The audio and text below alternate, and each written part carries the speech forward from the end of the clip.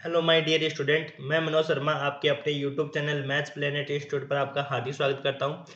Last के lecture में हमने जो क्वेश्चन हमारे क्वेश्चन जो बाकी रह गए उनको अपन आज के लेक्चर में कंप्लीट करेंगे। फिर इसके बाद में अपना जो अगला टॉपिक होगा वो सबसेट का होगा, उपसमुच्चय के बारे में होगा। उसके पहले अपन सारी थ्योरी करेंगे और फिर उसके सारे रिलेटेड प्रीवियस ईयर क्वेश्चन और एसआर श्रेणी के अपन सारे क्वेश्चन टॉपिक वाइज करेंगे। ठीक है। और जिन्होंने अभी तक अपना हमारा चैनल को सब्सक्राइब नहीं किया वो चैनल को सब्सक्राइब कर ले। हम ऐसा श्रेणी को कंप्लीट करवा रहे हैं और विद टॉपिक वाइज। उसमें जैसे अपन का कोई भी टॉपिक है उस टॉपिक के अनुसार ही अपन प्रीवियस ईयर भी करवा रहे हैं और साथ में ऐसा श्रेणी के भी जितने क्वेश्चन बन रहे हैं उन सारे क्वेश्चन को करवा रहा हूँ। ठीक है। तो देखो आज के लेक्चर में अपन स्टार्ट करते हैं क्वेश्चन। अपन पहला क्वेश्चन से स्टार्ट। तो फर्स्ट क्वेश्चन अपना जो है वो लास्ट जो अपन ने लो पढ़े थे उसमें से आपका एक क्वेश्चन पहला वाला आरपीएससी फर्स्ट ग्रेड 2018 में पूछा हुआ है। क्या क्वेश्चन पूछा हुआ है कि आपको एक संबंध दे रखा है A union A equal to A दे रखा है और ए इंटरसेक्शन करने पर ए आता है, तो निरूपित करते हैं। मतलब इस लॉ को अपन क्या कहते हैं? आइडेम्पोटेंट लॉ, वर्गसम्य नियम, तत्समक नियम, यौगिकता प्रत्यावर्तन नियम, क्रम विनिमय नियम। तो किस नियम के द्वारा अपन इसको जानते हैं? तो लास्ट लेक्चर में अपने सारे जितने नियम पढ़े थे, वर्गसम नियम के बारे में, क्रम विनिमयता के नियम के बारे में, साचर्य नियम के बारे में, सारे नियम के बारे में अपन पढ़े थे। तो अब बताओ ये कौन सा? ये आरपीएससी फर्स्ट ग्रेड 2018 में पूछा हुआ है। वो सारे नियम बहुत इंपॉर्टेंट है, उनसे क्वेश्चन बहुत बनते हैं और उसी के क्वेश्चन अपन आज के लेक्चर में करेंगे।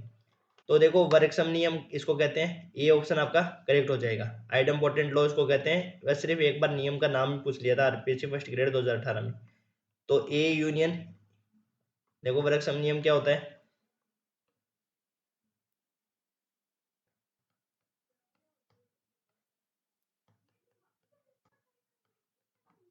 आइडेम्पोटेंट लॉ कहते हैं इसको इंग्लिश में।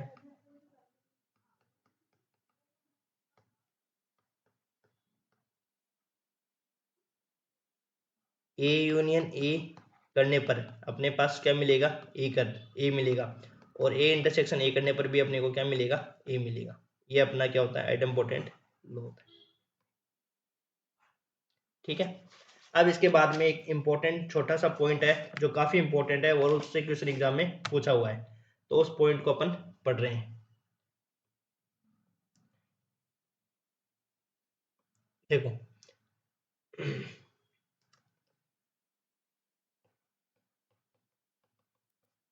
वो पॉइंट ये कहता है, देखो कि यदि ए यूनियन बी, यदि पहला पॉइंट अपन जिसके बारे में लिख रहे हैं, नोट काफी इंपॉर्टेंट, ये नोट काफी इंपॉर्टेंट है, यहाँ से क्वेश्चन बने हुए एग्जाम में। ए यूनियन बी है वो आपका ए यूनियन सी के बराबर है। ए यूनियन बी है वो आपका ए यूनियन सी के बराबर है। तो यहाँ से अपन लिख सकते हैं कि बी है वो सी के बराबर नहीं होगा। बी है वो सी के बराबर नहीं होगा। अब आप ये नहीं कह सकते कि ए यूनियन बी है वो ए यूनियन सी के बराबर है, तो यहाँ से बी को आप सी के इक्वल नहीं बता सकते। तो यदि अपन इसको प्रूफ करें तो प्रूफ कैसे करेंगे? देखो प्रूफ भी कर सकते हो, एग्जाम्पल लेकर इसको प्रूव कर सकते हो। मैथमेटिक्स में किसी भी बात को सिद्ध करने के लिए आप 1000 2000 कितने भी एग्जाम्पल दे दो कम पड़ जाते हैं, परंतु किसी भी बात को गलत सिद्ध करने के लिए सिर्फ एक एग्जाम्पल काफी होता है। अब इस बात को ए यूनियन बी है वो ए यूनियन सी के बराबर हो, तो बी है वो सी के बराबर नहीं होता। इस बात को सिद्ध करने के लिए सिर्फ अपने को एक एग्जाम्पल अपन दे देंगे। देखो एग्जाम्पल लेते हैं। ए बराबर अपने मान लिया क्या? 1 2, और बी बराबर मैंने मान लिया क्या? 2 3 4 4, और सी बराबर मान लिया 1 3 4। अब देखो ए यूनियन बी निकालो। ए यूनियन बी निकालेंगे तो क्या मिलेगा अपने पास? देखो 1 2 3 4। और ए यूनियन सी निकालेंगे तो ए का सी के साथ यूनियन निकालेंगे तो आ जाएगा अपने पास 1 2 3 और 4। अब यहाँ से देखो ए यूनियन बी है वो आपके पास क्या गया? ए यूनियन सी के बराबर आ गया। ए यूनियन बी है वो आपके ए यूनियन सी के बराबर आ गया। तो यहाँ से आप ये लिख सकते हो क्या कि बी और सी इक्वल है क्या? बी और सी इक्वल नहीं है ना, तो यहाँ से बी है वो सी के इक्वल नहीं है, तो ऐसे को ऐसे लिख सकते हैं, परंतु बी है वो सी के इक्वल नहीं है। यहाँ से अपन लिख सकते हैं कि ए यूनियन बी है वो ए यूनियन सी के बराबर है, तो यहाँ से अपन बी को सी के इक्वल नहीं बता सकते। तो ये इंपॉर्टेंट है कि यदि ए यूनियन बी है वो ए यूनियन सी के बराबर है तो यहाँ से बी है वो सी के इक्वल नहीं होता है। और इसी प्रकार ए इंटरसेक्शन बी है वो ए इंटरसेक्शन सी के बराबर है, तो वहां से भी अपन बी है वो सी के साथ बी है वो सी के बराबर नहीं होता है। दूसरा पॉइंट कि यदि ए इंटरसेक्शन बी है वो ए इंटरसेक्शन सी के बराबर है, तो यहां से भी बी है वो सी के बराबर नहीं होता है, ये भी आपका सत्य नहीं होता है। ठीक है, तो इस चीज को अभी अपन प्रूव कर सकते हैं। तो वही एग्जांपल ऊपर वाला एग्जांपल से अपन इस चीज को सिद्ध कर सकते हैं। या दूसरा एग्जांपल लो तो देखो 1 2 बी अपन ने ले लिया 2 3 सी ले लिया 2 और 4। ठीक है, तो यहां से देखो ए यूनियन बी निकालो, ए यूनियन बी अपने पास सॉरी ए इंटरसेक्शन बी निकालो, ए और बी में कॉमन क्या है 2 है, और ए इंटरसेक्शन सी निकालो, तो ए और सी में भी अपने कॉमन क्या है 2 है। अब यहाँ से ए इंटरसेक्शन बी है वो ए इंटरसेक्शन सी के बराबर तो है, ये कंडीशन लेकर चलेंगे और अपन क्या प्रूव करेंगे कि बी है वो सी के इक्वल नहीं है। तो अब यहाँ से देखो बी और सी को देखो, बी है वो सी के इक्वल आ रहा है क्या, तो बी है वो सी के इक्वल नहीं आ रहा है। तो अपन ने इन दोनों कंडीशन से देखा कि यदि ए यूनियन बी है वो ए यूनियन सी के बराबर है, तो बी है वो सी के बराबर नहीं होता है, और ए इंटरसेक्शन बी है वो ए इंटरसेक्शन सी के बराबर है, तो वहां से भी आपका बी है वो सी के बराबर नहीं होता है। लेकिन इसका जो थर्ड पॉइंट है वो काफी इंपॉर्टेंट है, यदि दोनों कंडीशन साथ हो जाए, ये इंपॉर्टेंट है और ये एग्जाम में पूछी हुई है। ये जो थर्ड कंडीशन है ना ये पूछी हुई है, और आपको ये दो जो फर्स्ट और सेकंड है ना ये भी पूछ सकते हैं कि भाई ये दे देंगे आपको, मान लो कोई आपको क्वेश्चन दे देंगे उसमें ये पहली वाली कंडीशन दे देंगे कि भाई इससे सही होता है कि नहीं होता है, कि यहाँ से बी इक्वल टू सी होता है क्या, नहीं होता है। जैसे मैं आपको क्वेश्चन भी बताऊंगा, देखो इसका एक रिलेटेड क्वेश्चन भी बना हुआ है। तो थर्ड पहले कंडीशन लिख लेते हैं, यदि ए यूनियन बी है वो आपका ए यूनियन सी के बराबर आ जाए, ए यूनियन बी है वो ए यूनियन सी के बराबर आ जाए, और ए इंटरसेक्शन है वो बी ए इंटरसेक्शन सी के बराबर आ जाए, तो ये दोनों बात कब सत्य होती है, ये दोनों बातें तब सत्य होती है जब बी है वो सी के इक्वल हो, बी है वो किसके इक्वल हो, सी के इक्वल हो। यदि ये दोनों कंडीशन अलग अलग होगी तब बी है वो सी के बराबर नहीं होगा, लेकिन ये दोनों कंडीशन एक साथ सत्य होगी, एक साथ यदि ये कंडीशन कहीं पे प्रूव हो रही है तो वहां पर बी है वो सी के इक्वल हो जाएगा। अब आपको क्वेश्चन कैसे देगा एग्जामिनर, क्वेश्चन ऐसे दे देगा कि बता देखो भाई निम्न में से कौन सा कथन गलत है। जैसे पहले वाले ऑप्शन में आपको पहला वाला स्टेटमेंट दे दिया, दूसरे वाले में आपको दूसरा वाला दे दिया, तो ये सारे यहाँ पे दे देंगे कि भाई ऐसे दे देंगे कि ए यूनियन बी है वो ए यूनियन सी के बराबर है, तो यहाँ से बी है वो सी के इक्वल होता है। तो ये बात सत्य है क्या बताओ, नहीं, यहाँ पे ये बी है वो सी के इक्वल नहीं होता है। ठीक है ना, तो देखो इसको ऐसे क्वेश्चन भी अपन करेंगे, देखो उससे आपको और क्लियर हो जाएगा। तो आपको सिर्फ ये ध्यान रखना है कि ए यूनियन बी, अपन जैसे मान लो एग्जाम में क्वेश्चन आता है, यदि ये मान लो ये कंडीशन दे दी जाए कि ए यूनियन बी है वो ए यूनियन सी के बराबर है वो आपका बी बराबर सी है, तो इसको आप एग्जाम्पल लेकर आप प्रूव भी कर सकते हो। ये कोई जरूरी नहीं कि आपको रटना ही पड़ेगा, डायरेक्ट याद करते हो नियम को डायरेक्ट तो बहुत ही अच्छी बात है, और आप एग्जाम में करोगे तो वहां पे आपका टाइम सेव हो जाएगा, फिर आपको देखना नहीं पड़ेगा। अब यदि ऐसे ही ध्यान रख लो, ऐसे डायरेक्ट याद रख लो कि ए यूनियन बी है वो ए यूनियन सी के बराबर है, तो वहां से बी है वो सी के इक्वल नहीं होता है, और ए इंटरसेक्शन बी है वो ए इंटरसेक्शन सी के बराबर तो होता है, तो वहां पे बी है वो सी के इक्वल नहीं होता है। ये दोनों बातें एक साथ सत्य होगी जब भी बी इक्वल टू सी होगा। अब देखो इसके नीचे इक्वेशन भी बनाया हुआ है इनसे रिलेटेड,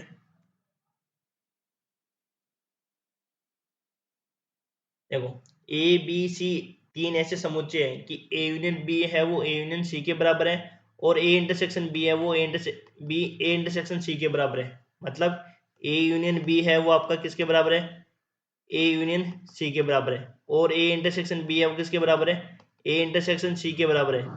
तो यहाँ से क्या लिख सकते हैं अपन, बी है वो सी के बराबर होगा, बी किसके बराबर हो जाएगा, सी के बराबर हो जाएगा। तो ये सी वाला कंडीशन क्या हो जाएगी, प्रूव हो जाएगी। यदि एक सिंगल आता कि ए यूनियन बी है वो ए यूनियन सी के बराबर है, तब वहां पे बी है वो सी के इक्वल नहीं होता है। ठीक है, अब देखो सबसे इंपॉर्टेंट एक सम्मित तंत्र है, सम्मित तंत्र है ना सिमेट्रिक डिफरेंस, ये काफी इंपॉर्टेंट है, यहाँ से क्वेश्चन एग्जाम में पूछा हुआ है, तो उस क्वेश्चन को भी अपन करेंगे। और इसकी एक बार थ्योरी को वापस से अपन इसके गुणधर्म के बारे में, अपने कुछ गुणधर्म तो अपन ने देख लिए थे कि क्रम विनिमयता के बारे में देख लिया था, साचर्यता के बारे में देख लिया था, और एक दो गुणधर्म है जहां से एग्जाम में क्वेश्चन पूछा हुआ है। तब तो पहले अपन सबसे पहले अपन सिमेट्रिक डिफरेंस के बारे में स्टार्ट ही करते हैं, स्टार्टिंग से ही करते हैं कि ए सिमेट्रिक डिफरेंस को कैसे रिप्रेजेंट करता है, A del B equal to होता है A minus B union B minus A होता है, A minus B union B minus ये होता है। या इसको अपन ऐसे भी लिख सकते हैं, और ए यूनियन बी में से, ए यूनियन बी में से क्या घटा दो, ए यूनियन बी में से क्या घटा दो, ए इंटरसेक्शन बी वाले पार्ट को हटा दो।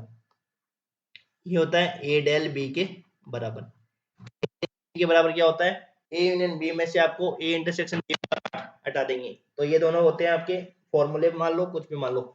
तो A del B equal to होता है A minus B union B minus A, A del B equal to होता है ए यूनियन बी में से ए इंटरसेक्शन वाले पार्ट को हटा देंगे। अब इस पे एग्जांपल नहीं करेंगे अपन, एग्जांपल करना चाहो तो कर सकते हो। वैसे आपको मैंने सिमेट्रिक डिफरेंस अच्छे से पढ़ा रखा है पहले लेक्चर में। अब अपन इनके गुणधर्म के बारे में पढ़ेंगे, क्योंकि गुणधर्म है वो काफी इंपॉर्टेंट है। तो सममित अंतर संक्रिया के गुणधर्म क्या है उनके पढ़ेंगे।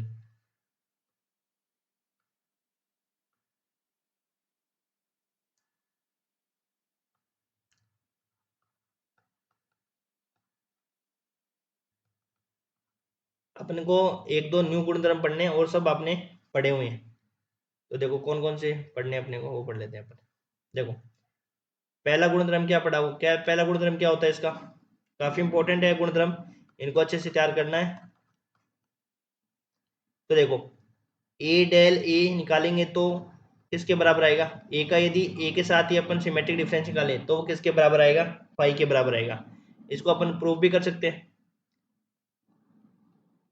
प्रूव भी कर सकते हैं कैसे, देखो ए डेल ए इक्वल टू निकालें अपन, क्या परिभाषा होती है, ए में से बी घटा दो और बी में से ए घटा दो, तो अपने पास दोनों सेट वो एक सेम ही है, तो यूनियन ए में से, तो यहाँ हो जाएगा फाई यूनियन फाई।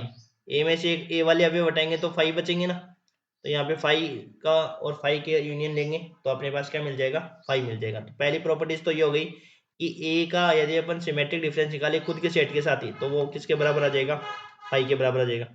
दूसरी प्रॉपर्टीज क्या होती है कि यदि ए का अपन किसके साथ सिमेट्रिक डिफरेंस निकाले, फाई के साथ निकाले, तो वो हमेशा किसके बराबर आएगा, ए सेट के बराबर आएगा। तो इसको भी अपन प्रूव कर सकते हैं डेफिनेशन से। ए सिमेट्रिक डिफरेंस निकालो किसके साथ, फाई के साथ।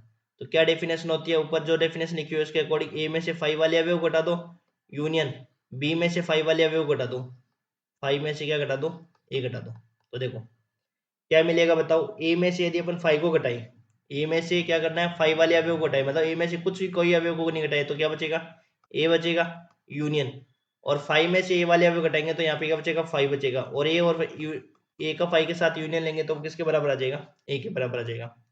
ठीक है, फिर तीसरी प्रॉपर्टीज हमने क्या देखी थी, क्रम विनिमयता की देखी थी। तीसरी प्रॉपर्टीज क्या देखी थी, कॉम्यूटेटिव देखी थी ना, क्या होता है। अब तीसरी वाली प्रॉपर्टीज को प्रूफ नहीं करेंगे अपन, अब डायरेक्ट प्रॉपर्टीज लिखेंगे। तीसरी वाली प्रॉपर्टीज क्या कहती है कि ए का बी के साथ सिमेट्रिक डिफरेंस निकालो, चाहे बी का ए के साथ सिमेट्रिक डिफरेंस निकालो, बराबर ही आएगा हमेशा। इस प्रॉपर्टीज को अपन क्रम विनिमयता वाले में देख लिया था सबकी, है ना। वापस से अपन एक साथ इसको लिख लेते हैं, बी का ए के साथ सिमेट्रिक डिफरेंस निकालो, वो बराबर आएगा। फोर्थ कंडीशन अपन देख सकते हैं, ये आपकी कौन सी कंडीशन हो गई, क्रम विनिमयता हो गई। जो अपन ने क्रम विनिमयता पढ़ा था ना लास्ट लेक्चर्स में, तो क्रम विनिमयता उसमें अपन ने देख लिया था कि भाई सिमेट्रिक डिफरेंस है वो आपकी क्रम विनिमयता को फॉलो करता है कि नहीं करता है, तो वो हमने उसमें देख लिया था। तो A symmetric B equal to B symmetric A होता है। ठीक है, फिर यहाँ पे देखो अगली वाली प्रॉपर्टीज,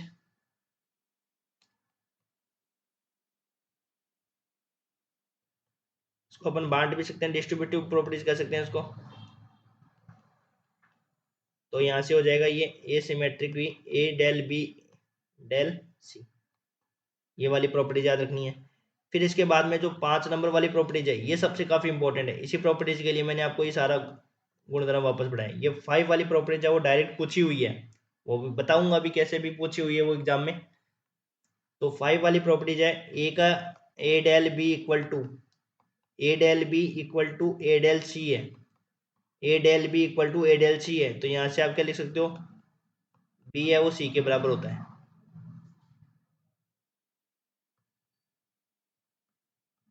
बी है वो आपका किसके बराबर होता है, सी के बराबर होता है। A del B equal to A del C है ना, A del B equal to यदि ए डेल सी है तो यहाँ से आप क्या लिख सकते हो, बी को सी के इक्वल बता सकते हो। तो इस प्रॉपर्टीज को अपन प्रूव भी कर सकते हैं, तो देखो प्रूव करते हैं।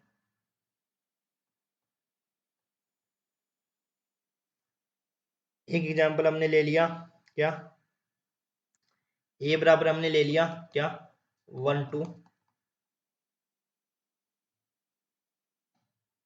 बी इक्वल टू ले लिया हमने 2 3,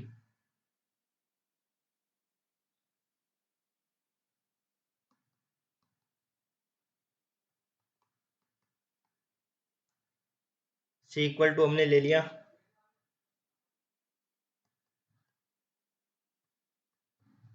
सी को अपने को बी के बराबर ही दिखाना पड़ेगा। तब देखो ए डिफरेंस ए सिमेट्रिक बी निकालो, तो ए में से क्या कर दो, बी वाले अभी हटा दो, A minus B union B minus A, तो ए में से बी वाले अभी हटा देंगे तो क्या बचेंगे बताओ 1, बी में से ए वाले अभी हटा दो 3 4, तो ये आ जाएगा 1 3 4। और इसी प्रकार क्या निकालो, ए सिमेट्रिक डिफरेंस निकालो किसके साथ, सी के साथ निकालो, ए का सी के साथ निकालेंगे तो ये क्या हो जाएगा ए माइनस सी यूनियन सी माइनस ए में से सी वाले अभी हटा देंगे तो क्या बचेगा 1 बचेगा, और यूनियन सी में से ए वाले अभी हटा देंगे तो क्या बचेगा 3 4 बचेगा, तो यहाँ से भी 1 3 4 आ जाएगा। तो यहाँ से हमने देखा क्या कि ए सिमेट्रिक डिफरेंस है वो किसके साथ इक्वल है, ए का सी के साथ सिमेट्रिक डिफरेंस इक्वल है, तो यहाँ से अपन क्या बता सकते हैं कि बी और सी को क्या होना पड़ेगा, इक्वल होना पड़ेगा। देखो बी और सी इक्वल है ना, तो ये वाली प्रॉपर्टीज काफी इंपॉर्टेंट है।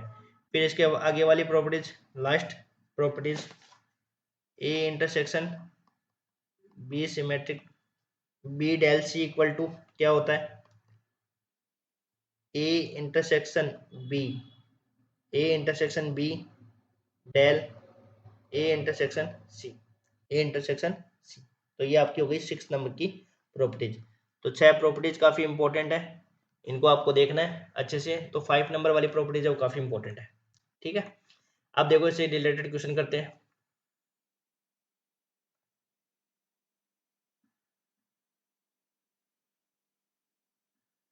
अब ये पूछा है कि किसी समुच्चय एबीसी के लिए गलत कथन कौन सा है, आपको रॉन्ग स्टेटमेंट बताना है, फॉल्स वाला स्टेटमेंट आपको बताना है। अब यदि आप डायरेक्ट प्रॉपर्टी से प्रूव करते हो, यदि आप डायरेक्ट प्रॉपर्टीज याद करते हो तब तो आपको ये आपका 1 सेकेंड में आंसर हो जाएगा। और यदि आप इनको एग्जाम्पल से सोल्व करोगे तो आपको हो सकता है कि 2 से 3 मिनट लग जाए। देखो पहली प्रॉपर्टीज, पहली वाला जो आपका दे रखा है वो ए इंटरसेक्शन बी है वो किसके बराबर है, ए इंटरसेक्शन सी के बराबर है, तो यहाँ से बी है वो सी के इक्वल होगा क्या, तो बताओ ये प्रॉपर्टी सही है कि गलत है। तो ये प्रॉपर्टीज आपकी गलत है। एग्जाम्पल से मैंने आपको जो नोट लिखाया था उसमें एग्जाम्पल लेकर बताया था, तो वहां से आप इसको प्रूव कर सकते हो, ठीक है। और डायरेक्ट याद करोगे तब आपको 1 सेकेंड में ये आंसर हो जाएगा। अब ए यूनियन बी है वो यदि मान लो ए यूनियन सी के बराबर है, तो यहाँ से ये बताओ कि बी है वो सी के इक्वल होता है क्या, नहीं, दोनों अलग अलग होते हैं तब ये आपका गलत होते हैं स्टेटमेंट। यदि दोनों अलग अलग दे रखे हैं तब तो ये गलत होते हैं, दोनों एक साथ दे रखे हैं तब बी है वो सी के इक्वल होता है, तो ये गलत हो गया। इसके बाद में सी की बात करें तो सी में देखो ए माइनस बी है वो किसके बराबर है, ए माइनस सी के बराबर है, तो यहाँ से बी है वो सी के बराबर होता है कि नहीं होता है, तो इसको अपन क्या करेंगे प्रूफ करेंगे। इसको अपन किससे प्रूव करेंगे, एग्जाम्पल से प्रूव करेंगे। देखो यदि ए माइनस बी है वो ए माइनस सी के बराबर है तो बी है वो सी के बराबर होता है कि नहीं होता, उसको अपन चेक करेंगे एग्जाम्पल से। तो देखो एग्जाम्पल ले लेते हैं, ए बराबर मैंने ले लिया 1 2, बी बराबर ले लिया मैंने 2 3, और सी बराबर मैंने ले लिया 2 4। तो निकालो, देखो ए माइनस बी निकालो, ए में से बी वाले अवयव हटा दो, तो ए में से बी वाले अवयव हटाएंगे तो 1 बचेगा, और ए में से सी वाले अवयव हटा दो, तो ए में से सी वाले अवयव हटाएंगे तो 1 2 का सी के साथ करेंगे तो 2 हटा देंगे, तो यहाँ पे बच जाएगा 1। तो यहाँ से हमने क्या देखा, हमने देखा कि ए माइनस बी है वो आपका ए माइनस सी के बराबर है। तो अब आप ये देखो कि बी और सी इक्वल है क्या, तो बी और सी इक्वल नहीं है, तो बी है वो आपका सी के इक्वल नहीं है, जबकि आपको दे रखा है कि बी है वो सी के इक्वल है, तो ये भी आपका क्या हो गया रॉन्ग स्टेटमेंट हो गया। इसके बाद में यदि अपन बात करें फोर्थ नंबर वाला, जो फोर्थ नंबर का आपका दे रखा है उसमें क्या दे रखा है, डी वाला जो आपका स्टेटमेंट दे रखा है वो दे रखा है कि A del B equal to A del C है, तो यहाँ से बी है वो सी के बराबर होता है। तो बताओ ये राइट है कि रॉन्ग है? ये हमने प्रॉपर्टीज में देख लिया कि A del B equal to A del C है, तो यहाँ से बी है वो सी के बराबर है। यदि आपको रॉन्ग स्टेटमेंट पूछा है तो रॉन्ग स्टेटमेंट में तो ए बी और सी आएंगे तीनों,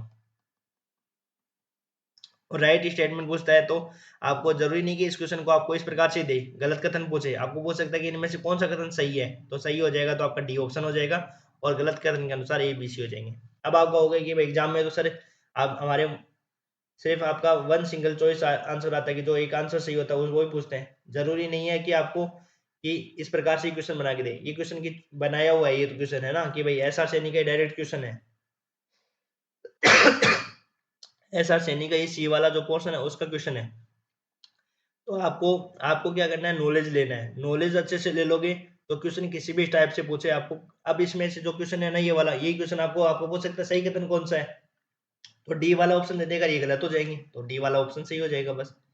तो क्वेश्चन को फ्रेम कैसे भी किया जा सकता है, पर आपको नॉलेज आपको अपने अनुसार पूरा लेना है कि भाई आपको किस प्रकार का भी क्वेश्चन, आपको सारे क्वेश्चन सोल्व करने चाहिए। एसआर सैनी के, एसआर सैनी का जो क्वेश्चन का स्टैंडर्ड है वो काफी अच्छा स्टैंडर्ड है, उस बुक को आपको पूरा फॉलो करना चाहिए और पूरी उसको सोल्व करनी चाहिए,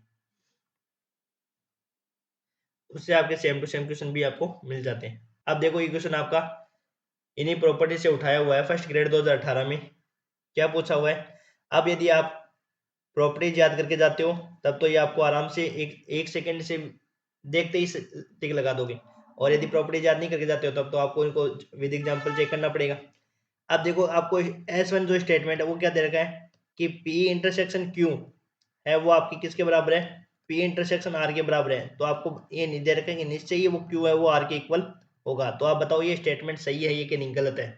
तो ये स्टेटमेंट आपका गलत है। यदि एक सिंगल स्टेटमेंट आता है कि P इंटरसेक्शन Q है वो P इंटरसेक्शन R के बराबर है, तो वहां से आप ये नहीं कह सकते, ये गलत स्टेटमेंट होता है कि Q है वो R के इक्वल होगा। यदि दोनों चीजें होती है P इंटरसेक्शन Q और P इंटरसेक्शन R के बराबर हो, और P यूनियन Q है वो P यूनियन Q है वो P यूनियन R के बराबर होता है, तब आप लिख सकते हो कि Q है वो R के इक्वल होगा।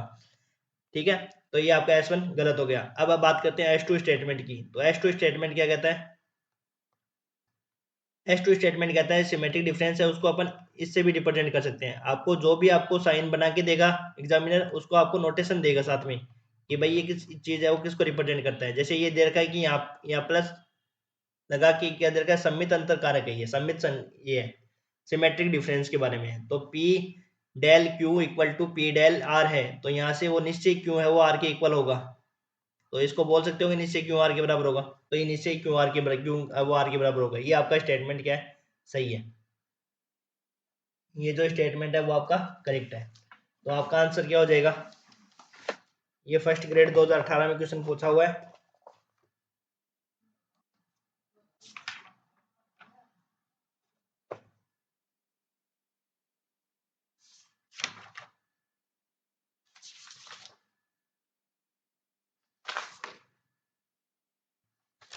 तो बताओ कौन सा स्टेटमेंट आपका करेक्ट है। तो देखो प्रॉपर्टीज बेस पे आपके क्वेश्चन पूछ लिए गए कि आपका पहला वाला गलत है और दूसरा वाला स्टेटमेंट सत्य है, तो बी है वो आपका केवल सेकंड वाला ही सत्य होगा। ठीक है, इस प्रकार से। अब देखो क्वेश्चन को कैसे बना दिया। अब इसमें वहां से क्वेश्चन उठा लिया और इसको क्या उठा लिया, प्रॉपर्टी से क्वेश्चन आपका उठा लिया। इसके आगे क्वेश्चन करते हैं। देखो ये सिंपल सा क्वेश्चन है, देखो कर लो। आपको कह रहा है कि ए सेट दे रखा है, बी सेट दे रखा है, सी सेट दे रखा है, ए यूनियन बी है वो इंटरसेक्शन निकालना है सी के साथ। तो देखो ए यूनियन बी निकाल लो डायरेक्ट। ए यूनियन बी कितना आ जाएगा बताओ, 1 आ जाएगा, 2 आ जाएगा, 3 आ जाएगा, 4 आ जाएगा, 5 आ जाएगा और 6 आ जाएगा।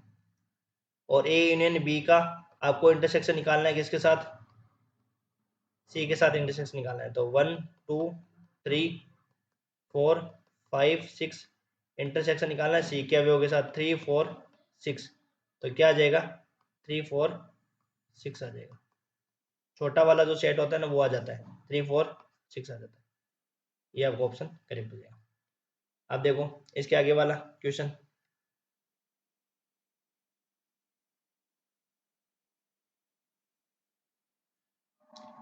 लास्ट क्वेश्चन आज के लेक्चर का। देखो ये भी आपका क्वेश्चन इजी सा ही है।